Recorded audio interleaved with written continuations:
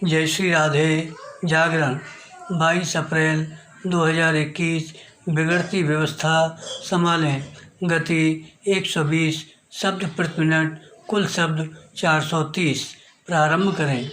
देश के विभिन्न हिस्सों में ऑक्सीजन की किल्लत के बीच नासिक के एक अस्पताल में ऑक्सीजन टैंक लीक होने से 22 कोरोना मरीजों की मौत बेहद दुखद है। बराम यह हादसा चाहे जिन कारणों से हुआ हो, इससे यही पता चलता है कि अस्पताल व्यवस्था बनाए रखने में नाकाम हो रहे हैं। बराम निसंदेह अस्पतालों में आपाधापी का माहौल है, लेकिन इसका यह मतलब नहीं कि नासिक जैसी घटनाएं सामने आएं। बराम यह भी ठीक नहीं कि कई दिन बीत जाने के बाद भी न तो ऑक्सीजन की कमी संबंधी शिकायतें दूर होने का नाम ले रही हैं और न ही कुछ खास दवाओं की अनुपलब्धता का शोर थम रहा है। बराम इस सबके बीच इस तरह की खबरें चिंता और निराशा बढ़ाने का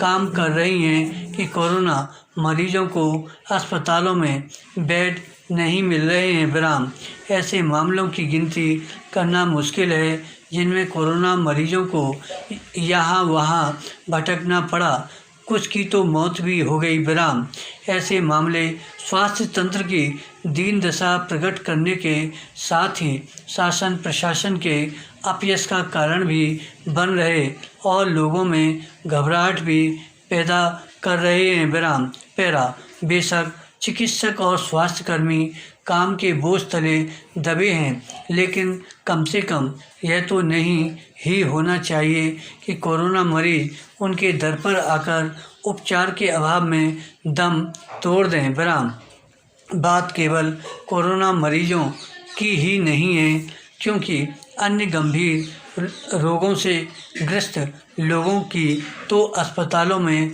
कोई पूछ परख ही नहीं हो रही है। बराम एक तरह से उनका उपचार करने से ही इनकार किया जा रहा है। बराम यह बुनियादी किंतु ज़रूरी बात समझनी जानी चाहिए कि कुछ मरीज अपना उपचार टाल सकते हैं, लेकिन सभी नहीं। बराम स्वास्थ्य तंत्र के समक्ष जो गंभीर संकट आ खड़ा हुआ है उसके हल के लिए एक सुविचारित रणनीति की अवलंब आवश्यकता है, ताकि अफरा तफरी वाला माहौल शीघ्र खत्म हो। बराम यह रणनीति ऑक्सीजन की आपूर्ति से लेकर अस्पतालों में बेड की उपलब्धता को लेकर बननी चाहिए। बराम क्या इससे हैरान परेशान करने वाली और कोई बात हो सकती है कि एक राज्य दूसरे पर अपने हिस्से की ऑक्सीजन